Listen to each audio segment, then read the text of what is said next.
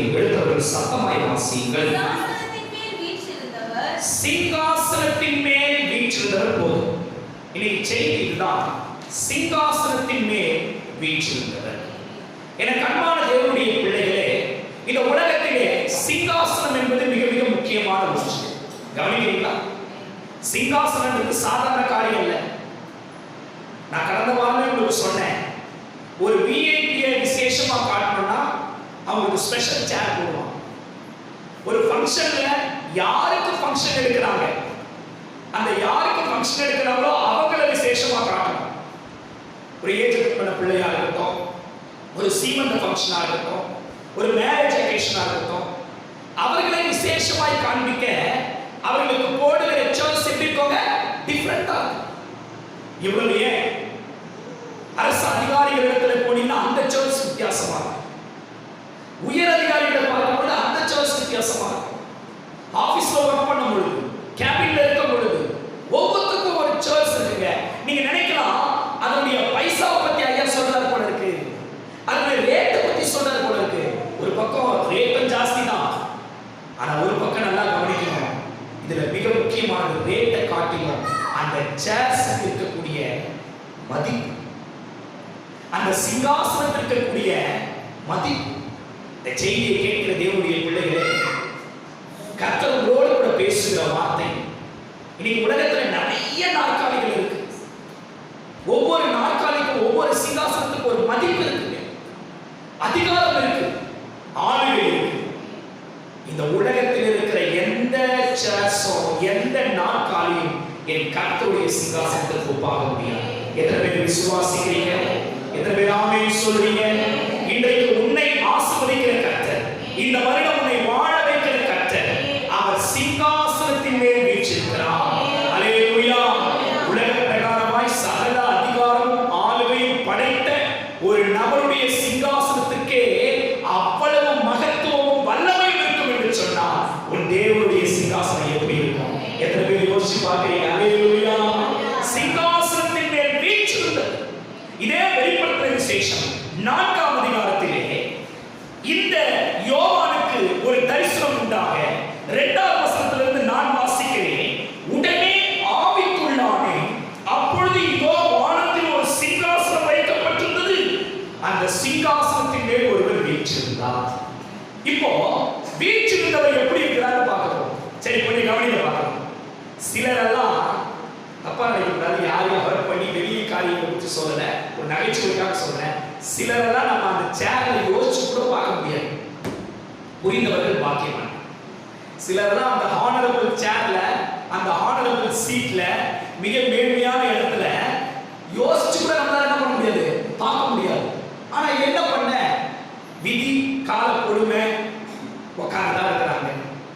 ஆனா ஒரு சிலருக்கு அந்த நாற்காலி உட்காரும் பொழுது எப்படி இருக்கும் தெரியுமா? அந்த நாற்காலிக்கு மகிமையா, உட்கார்ந்தவருக்கு மகிமையா தெரியாது.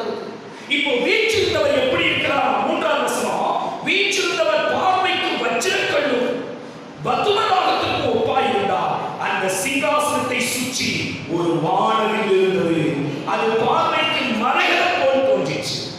ஏன் பாஸ்டர் இதை பத்தி எக்ஸ்பிளைன் பண்றீங்க? இதுல என்ன ஆவிக்குரிய அர்த்தம் இருக்கா? இந்த வசனம் தான் இந்த மெசேஜா? இது மெசேஜ் இல்ல. ஒரு சின்ன டிப்ஸ் கொடுக்குறேன். யாருக்காவது பிரேயர்ல ரொம்ப டிஸ்டர்பன்ஸா இருக்குன்னு நினைக்கிறீங்களா? ஜெபிக்க உட்காரும் போது ஜெபிக்கவே முடியல பாஸ்டர், கான்சென்ட்ரேட் பண்ண முடியல, பாட்டு பாடுறேன், பைபிள் படிக்கிறேன், நான் ஜெபிக்கிறதுனா ஒரு 10 நிமிஷம் தான், ஒரு அரை மணி நேரம் தான், பட் நிறைய டிஸ்டர்பன்ஸ் இருக்கு, எனக்கு அந்த கான்சென்ட்ரேஷன் பண்றதுக்கு ஏதாவது சொல்லி கொடுங்கன்னா உங்களுக்கு இன்னைக்கு ஒரு டிப்ஸ் கொடுக்குறேன். நீ உட்கார்றது உன் எதிர்க்க ஒரு சிங்காசனம் இருக்குன்னு நினைச்சேன். How many of feel? நான் சொல்றத நல்லா கவனிங்க. இந்த வார்த்தைகளை கற்பனை செய்து உணர்ந்து ஜெபிக்க உட்காருங்க. உங்க கண்ணு முன்னாடி இதெல்லாம் இருக்குன்னு சொல்லி எத்தனை பேர் ஆமென் சொல்றீங்க?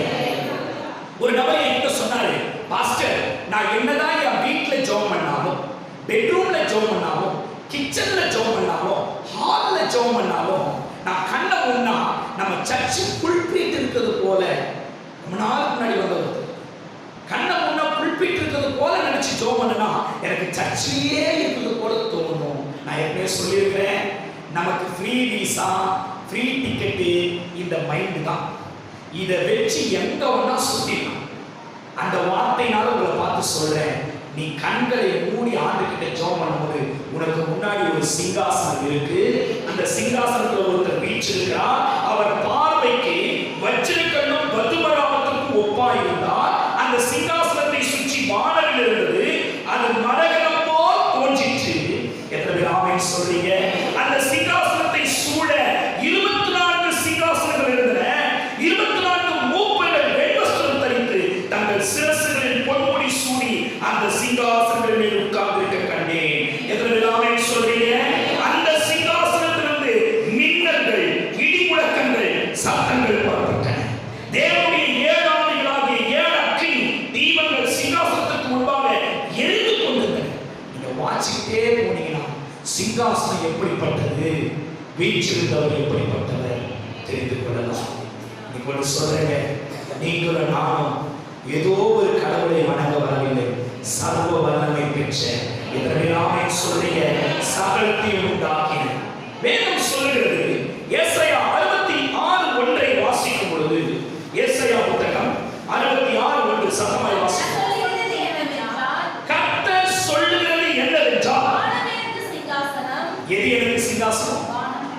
வானம் எனக்கு சிங்காசனம், பூமி எனக்கு பார்வை போதும்.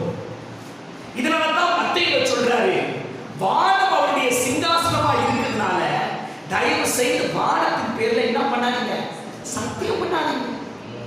பூமி அவருடைய பாதப்படியா இருக்கிறதுனால வானத்தின் பேராகவும் பூமியின் பேராக என்ன பண்ணாதீங்க, சத்தியம் பண்ணாதீங்க. இன்னொரு வசனம் சங்கீதம் 11:4 வாசிக்கிறதே இல்ல, கர்த்தருடைய சிங்காசனம் பரலோகத்தில் இருக்கிறது, அங்க இருந்து மனுஷனை கண்ணோக்கி பார்க்கிறார். ஹலோ, இன்னைக்கு டெக்னாலஜி வளர்ந்துருச்சு. இங்க இருந்து சூரியனை சந்திரனை ஆராய்ச்சி செய்யறாங்க, அங்க இருந்து பூமி என்ன பண்ணா போட்டோ பிடிச்சாங்க. எவ்வளவு டெக்னாலஜி இல்லைங்க. அங்க இருந்து பூமி இப்படிதான் இருக்கும், சேட்டலைட் வியூ. செவ்வாயில இருந்து இப்படி இருக்கும், கிரகங்கள்ல இருந்து இப்படி இருக்கும். கொஞ்சம் யோசிச்சு பாருங்க, என் ஆண்டவருடைய கண்ணை காட்டிய ஒரு சேட்டலைட் வியூ இருக்க முடியுமா? எத்தனை ஆமென் சொல்றீங்க? ஹalleluya. என் கர்த்தருடைய கண்களை காட்டிலும் ஒரு மிகச்சிறந்த சிசிடிவி கேமரா இருக்க முடியுமா? இன்னைக்கு உன்னை பார்த்து சொல்றேன், ஆகாரை கண்ட அதே கண்கள். எத்தனை பேர் விசுவாசிக்கிறீங்க? ஹalleluya, ஹalleluya. வேதத்தின் பரிசுத்தவான்களை கண்ட அதே கண்கள் உன் வியாதியை, உன் வறுமையை, உன் வேதனையை காணும்படி பரலோகத்தின் சிங்காசனத்திலிருந்து அவர் நோக்கி பார்க்கிறார். ஹalleluya. உனக்கும் எனக்கும் சிங்காசனத்தின் மேல் வீற்றிருக்கிறவர் இருக்கிறார். இன்னைக்கு செய்தி அதுதான். மறந்துடாதீங்க. இப்படிப்பட்ட பாடு உபத்திரம்லாம் ஜாஸ்தியா வரும், உனக்கு தெரிஞ்சுக்கணும். வருகை சமீபமா இருக்கு. கர்த்தர் சீக்கிரம் வரப்போறாரு. இன்னைக்கு வருகையை பத்தி பேசுறதுக்கு யாரும் இல்ல, சபை இல்ல, வெறும் blessings, ஆசீர்வாதம். இந்த செய்தியை கேட்கிற தேவனுடைய பிள்ளையே, தேசத்தின் கொள்ளை நோய், யுத்தத்தின் செய்தி, பசி, பட்டினி, வறட்சி வரும் என்று சொல்லி மத்தேயு 24 சொல்லப்பட்டிருக்கிறது. இவைகளெல்லாம் வேதனைகளுக்கு ஆரம்பம், ஆகிலும் முடிவு வராது. கர்த்தருடைய வருகை வர வேண்டும். கர்த்தருடைய வருகைக்காய் ஆயத்தப்பட வேண்டும். ஜெபிங்க, ஆண்டவரே உம்முடைய வருகைக்கு எங்களை ஆயத்தப்படுத்த. இனி உங்கள் தனி ஜெபங்களை நிறைவு செய்யும் பொழுது நானும் என் பிள்ளைகளும் என் குடும்பமும் உம்முடைய வருகைக்கு ஆயத்தப்பட ஆண்டவரே ஜெபம் பண்ணுங்க. வாலிப பிள்ளைகளை பார்த்து சொல்றேன், நீங்க ஜெபம் பண்ணும் பொழுதும் ஆண்டவரே எங்களையும் எங்கள் குடும்பத்தையும் உடைய வருகை, இன்றைக்கு உடைய வருகை இருக்கும் என்று சொன்னால் உடைய வருகையை நாங்கள் சந்திக்கலாம். ஆண்டவரே கொஞ்சம் டைம் கொடுங்க, நான் ரெடி ஆகிட்டு வர காலம் இந்த காலம் இல்லை. அநேக தீர்க்கதரிசன வார்த்தைகளை கவனித்திருப்பீர்கள். 2020 காட்டிலும் 2021 காட்டிலும் 2022 இன்னும் அதிக மோசமான சம்பவங்கள் நடக்கும். அதை முன்னறிந்தவன் ஜெபித்து தப்பித்துக் கொள். ஆண்டவர் என்னைக்குமே முன்னாடி சொல்றது எதுக்கு தெரியுமா? பயமுறுத்துறதுக்கு இல்ல, டென்ஷன் ஆகிறதுக்கு இல்ல, ஜெபிக்கிறதுக்கு. நீங்க ஜெபிங்கள். சிங்காசனத்தின் மேல் வீற்றிருந்தவர் உங்களுக்காக இருக்கிறார். எத்தனை பேர் ஆமென் சொல்றீங்க? ஹalleluya. நான் ஒரு 3 காரியத்தை வேகமாக உங்களுக்கு சொல்லி நான் கடந்து செல்ல விரும்புகிறேன். முதலாவது ஏசாயா 6:1 வாசியுங்கள். ஏசாயா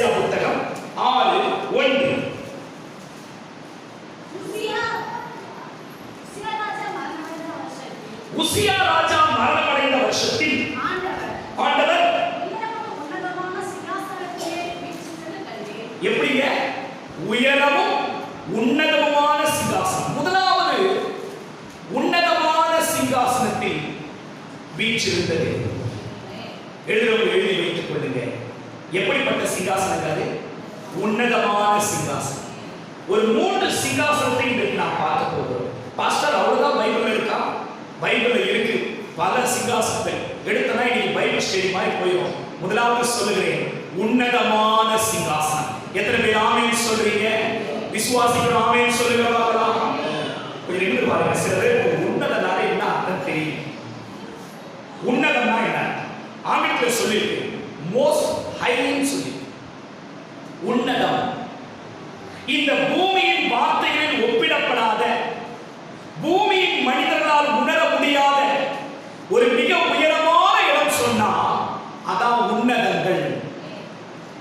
தரை, மடுவு, குன்றுகள், மலை, பர்வதம், உன்னதம். நான் சொல்றது பேர் கவனிச்சீங்க? அவ்வளவு உன்னதமான சிங்காசனம். இந்த உன்னதமான சிங்காசனத்தில் வீற்றிருக்க கண்டேன். அந்த வீற்றிருந்ததினால் அவருடைய வஸ்திர தொங்கலால் தேவாலயம் நிறைந்திருந்தது. எத்தனை பேர் ஆமென் சொல்றீங்க? கொஞ்சம் கற்பனை பண்ணி பாருங்க. நம்மளது போடுற ட்ரெஸ் கொஞ்சம் தொங்கிட்டு இருந்தாலே என்ன சொல்லிடுறாங்க? என்ன சோசியல் சர்வீஸ் பெருக்கினே போறீங்க, இவ்வளோ பெருசா இவ்வளோ இதுவாக அளவு தெரியல உனக்கு.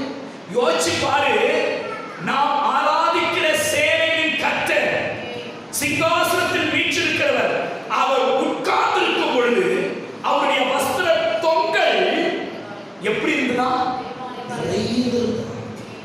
ஜெபிக்க உட்கார்ந்த பொழுது இந்த காட்சியை கண்ணு முன்னாடி கொண்டு வந்து பாருங்க, மெய்சிலிட்டு போயிடுங்க, மெய்சிலிட்டு போயிடுங்க.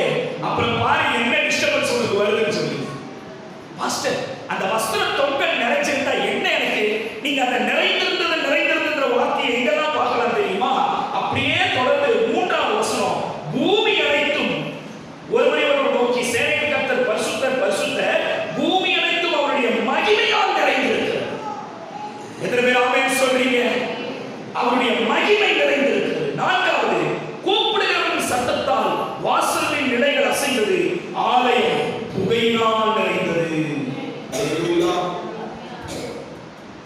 வஸ்திர தொங்கலினால் நிறைந்திருந்த ஆலயம், மகிமையினால் நிறைந்திருந்த பூமி, எல்லாவற்றுக்கும் மேல புகையினால் நிறைந்திருந்தது. பாஸ்டர் 3 பாயிண்ட் இதுவா? இது இந்த நிறைந்து நிறைந்து நிறைந்து என்ன தெரியுமா?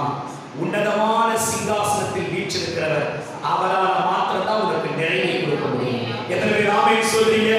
இந்த உலகத்தில் வேற யாரும் நிறைவை கொடுக்க முடியாது. இந்த செய்தியை கேட்டுக்கொண்டிருக்கிற ஒவ்வொருவருக்கும் கர்த்தர் தீர்க்கதரிசனமாய் சொல்லுகிறார், உன்னதமான சிங்காசனத்தில் வீற்றிருக்கிறவர் உன்னை நிறைத்து நடத்த போகிறார்.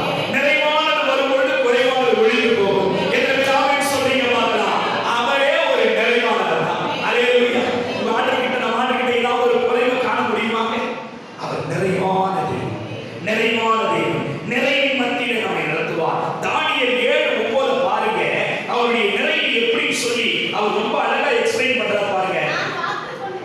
நான் பார்த்து கொண்டிருக்கிறேன், சிங்காசனங்கள், நிறைய சிங்காசனங்கள் இருந்ததுயா, சிங்காசனங்கள் வைக்கப்பட்டது. அவர் யாருன்னாவது நீண்ட ஆயுசுள்ளவர் வீற்றிருந்தார். உறைந்த மழையை போலவும் வெண்மையாகவும் பஞ்சை போல துப்புரமாகவும் இருந்தது. அவருடைய சிங்காசனம் அக்கினி ஜுவாலையும் அதில் சக்கரங்கள். Hello, it's specially mat.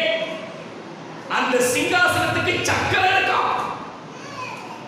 the first time rolling சேர்ல போய் உட்கார்ற ஆளுங்களை ஃபர்ஸ்ட் டைம் என்ன பண்ணுவாங்க தெரியுமா? அந்த காலம் உட்கார சும்மாவே இருக்காது, தள்ளிக்கிட்டே இருக்கும். இப்படி நவுந்துக்கிட்டு இப்படி போய்க்கிட்டு. நீங்க நினைச்சுக்கிறீங்களா இந்த நவநாகரிக காலத்துல தான் ரோலிங் சேர் இருந்திருக்குதுன்னு? ரோலிங் சேர் முதல்ல வச்சிருந்து யாரு தெரியாதையா சொல்றேன்? சிங்காசனத்துல என்ன இருக்குதாங்க? எப்பேற்பட்ட சக்கரங்கள் வாசிக்க பார்க்கலாம். அவருடைய சிங்காசனம் அக்கினி ஜுவாலையும் அதன் சக்கரங்கள் எரிகிற நெருப்புமாயிருந்தது. ஹலோ, உங்களை பார்த்து தீர்க்கதரிசனமா சொல்றேன், அந்த உன்னதத்தின் மகிமை உங்களை நிறைக்கும். விசுவாசிகள் ஆமென் சொல்லுங்க. இந்த ஆராதனைக்கு வந்திருக்கிற உங்களை பார்த்து கர்த்தர் சொல்லுகிறா, ஒரு குறைவின் மத்தியில வந்திருக்கிறியா? ஒரு தேவையின் மத்தியில வந்திருக்கிறியா? என்ன நடக்குமோ, என்ன செய்வாரோ ஒரு எதிர்பார்ப்போட வந்திருக்கிறியா?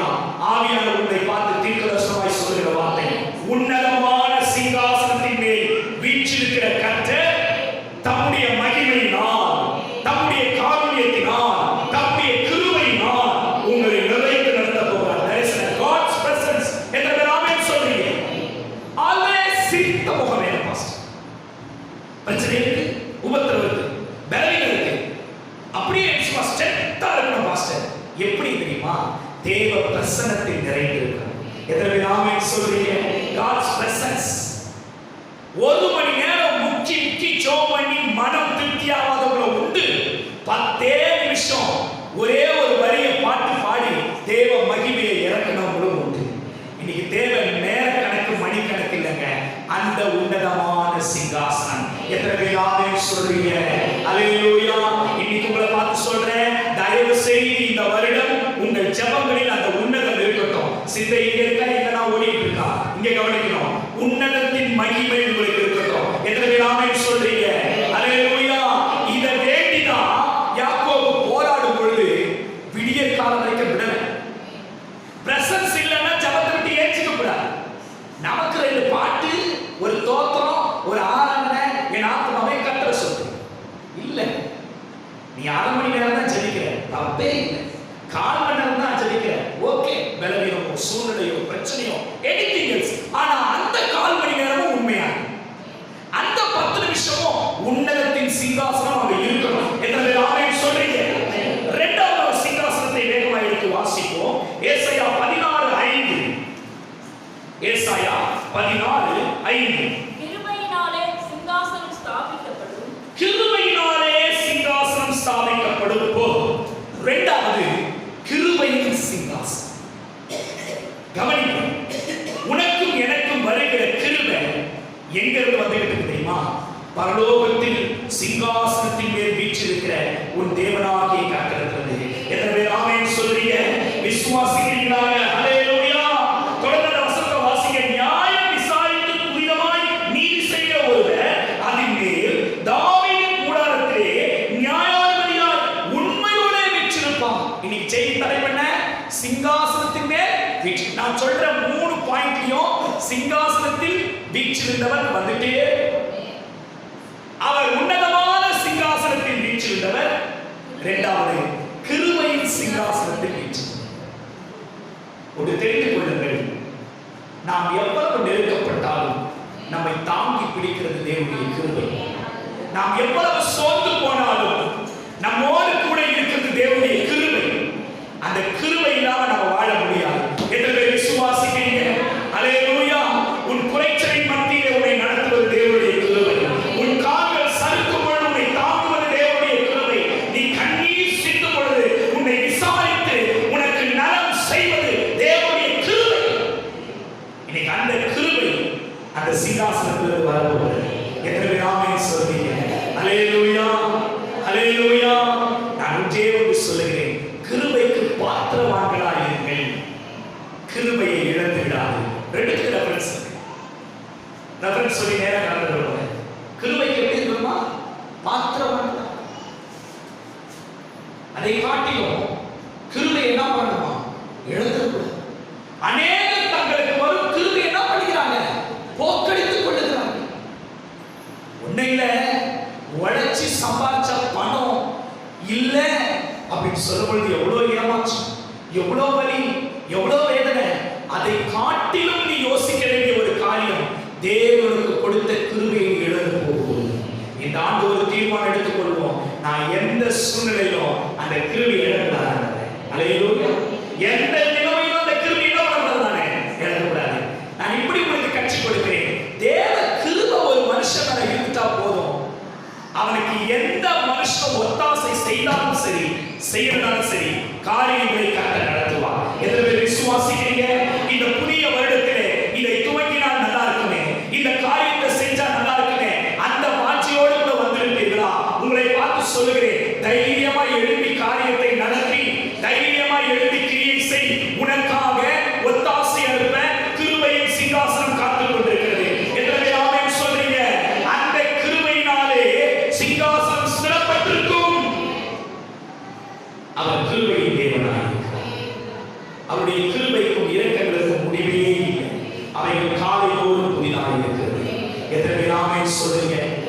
பார்த்து சொல்றேன், சோறு தண்ணி இல்லாம கூட ஒரு நாள் வாழ்றாங்க, கிருபை இல்லாம வாழக்கூடாது. அல்லேலூயா. உலகத்துல இருக்கிறவன் ரட்சிக்கப்படல, ஓடீஸ்வரன். அடிக்கடி சொல்லுவேன், அவன் கிருபைக்கு பிச்சைக்காரன். ஆனா நம்ம கிட்ட சொல்லிக்கிறோம் ஒண்ணு இல்லை. அவன் சொத்து பத்தோ பணபலமோ ஐஸ்வர்யமோ பேர் புகழோ, ஆனா நமக்கு ஒண்ணு இருக்கு, கிருபை. நாம் கிருபைக்கு ஐஸ்வர்யவான். நீங்கள் உலகத்திற்கு ஐஸ்வர்யவானா இருக்க ஆசைப்படாதீங்க, கிருபைக்கு ஐஸ்வர்யவானா இருக்க ஆசைப்படுங்க. உங்களுக்காக கிருபையின் சிங்காசனம் அது ஆயத்தமாய் காத்துக் கொண்டிருக்கு. எத்தனை பேர் ஆமென் சொல்லுங்க?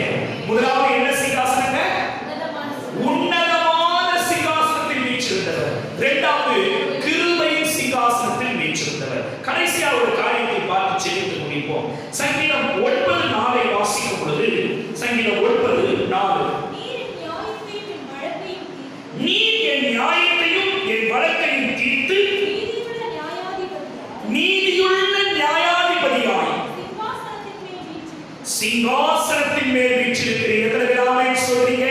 மூன்றாவது ஒரு சிங்காசனத்தை சொல்லுகிறேன், நீதியுள்ள சிங்காசனம். எழுதிட்டு இருக்கிறீங்களா? சனி கிளாஸ்ல எழுதுறீங்களா? டைரி மெயின்டைன் பண்ணணும்னு சொல்லியிருக்கேன், வாழைக்குள்ள எழுதணும்னு சொல்லியிருக்கிறேன். தயவு செய்து சபையில் இருக்கிறவங்க கவனிங்க, கர்த்தர் உங்களுக்கு கொடுக்கிற வார்த்தைகளை எழுத பழகுங்க. எழுத எழுத கர்த்தர் உங்களோடு கூட அதை பேசிக்கொண்டே இருப்பார். மூன்றாவது நீதியுள்ள சிங்காசனம். சரி, சில சேருக்கு மதிப்பு இருக்குன்னு சொல்ல தெரியுமா?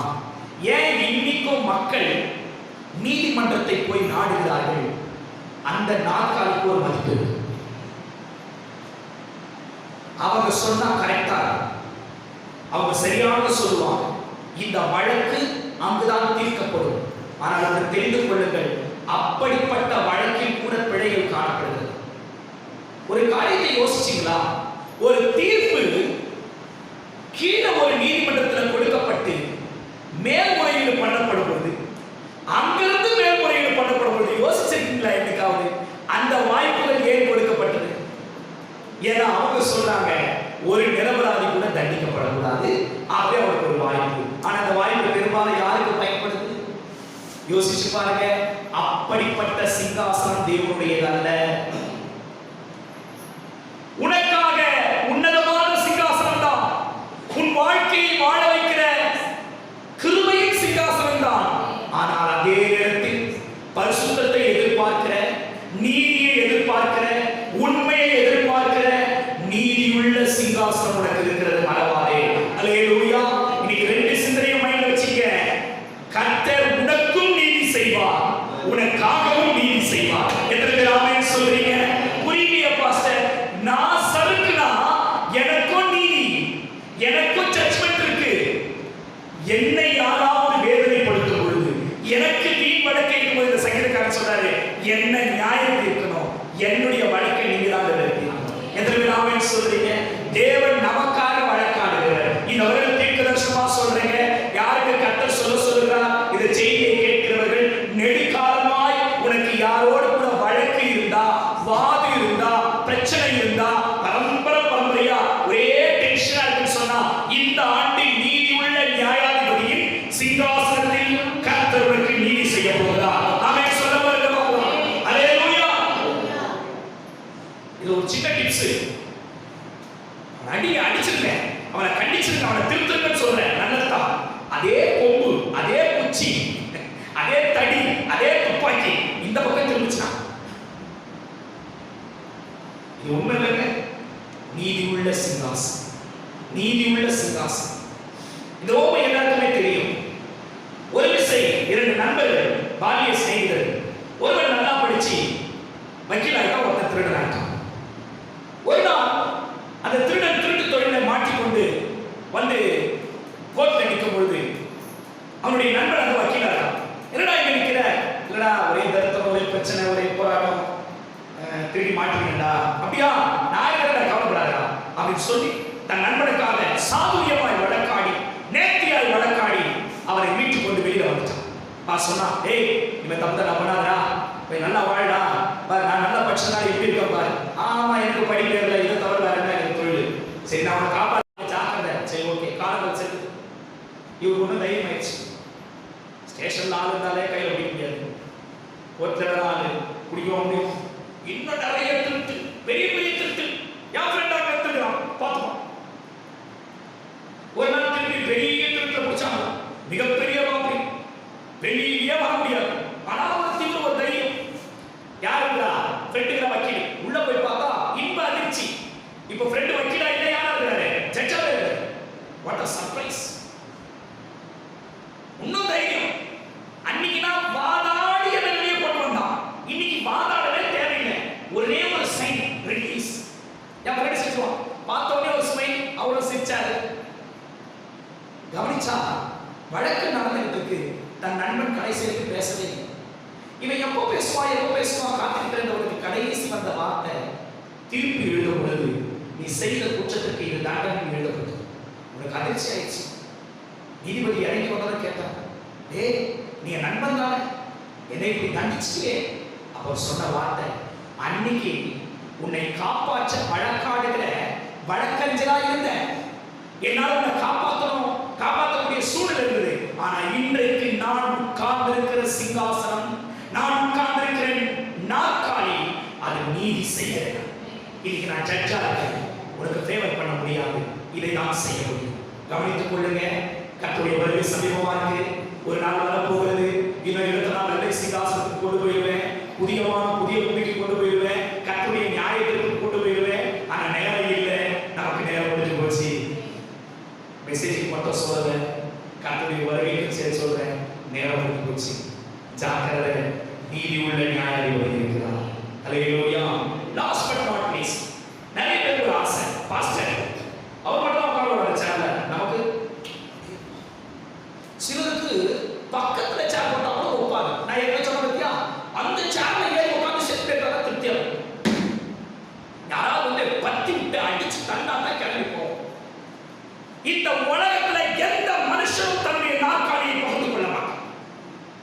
வீதி எங்கே இருந்தாலும் சரி, அவர் சீட் அவர் உட்காரணும், விசிட்டர் சீட் விசிட்டர்ஸ் உட்காரணும்.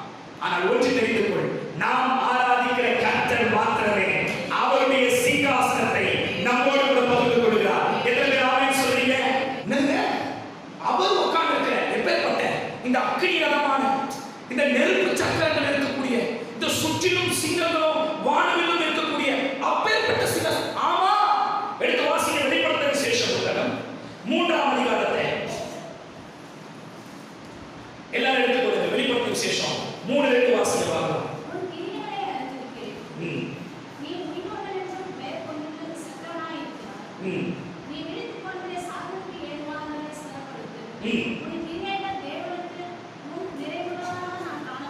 இந்த சத்தை சபைக்கா இருக்கட்டும், அதை தொடர்ந்து நீங்க சீக்கிரமா வாசி பார்த்தீங்கன்னா அடுத்து வருகிற நவதைக்கிய சபையா இருக்கட்டும், அதை தொடர்ந்து வருகிற ஒவ்வொரு சபைகளுக்கா இருக்கட்டும், ஒட்டுமொத்த ஆலோசனையும் 21ல வந்து முடிக்கிறார் பாருங்க.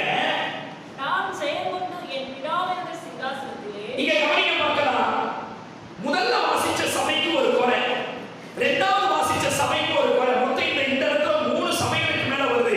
இத்தனை சபைகளும் குறையுள்ள சபைகளா இருந்தாலும் ஒட்டுமொத்தமா பார்த்து ஒன்று சொல்றாரு, ஜெயம் கொள்ளுகிறவன் எவனோ. அந்த வசனத்தை வாசிப்போம். நான் ஜெயம் கொண்டு என் பிதாவின் சிங்காசனத்திலே, என் பிதாவின் சிங்காசனத்திலே அவரோடு கூட உட்கார்ந்தது போல,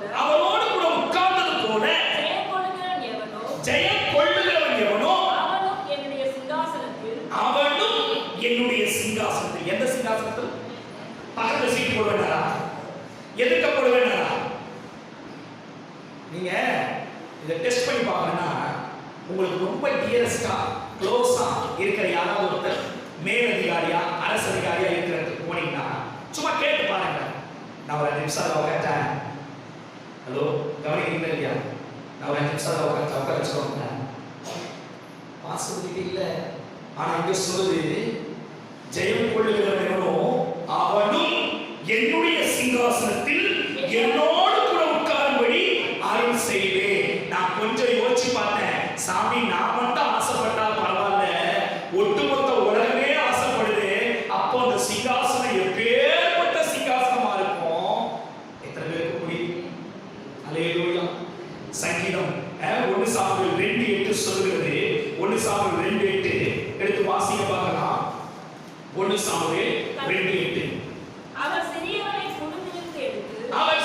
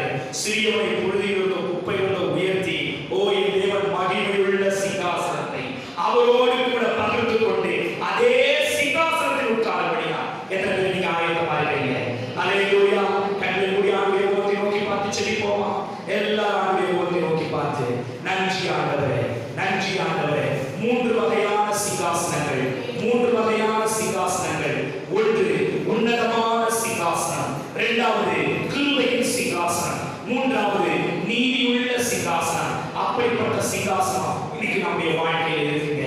நமக்காய் காத்துக் கொண்டிருக்கிறது. அவர் சிங்காசனத்தில் வீற்றிருக்கிறார்.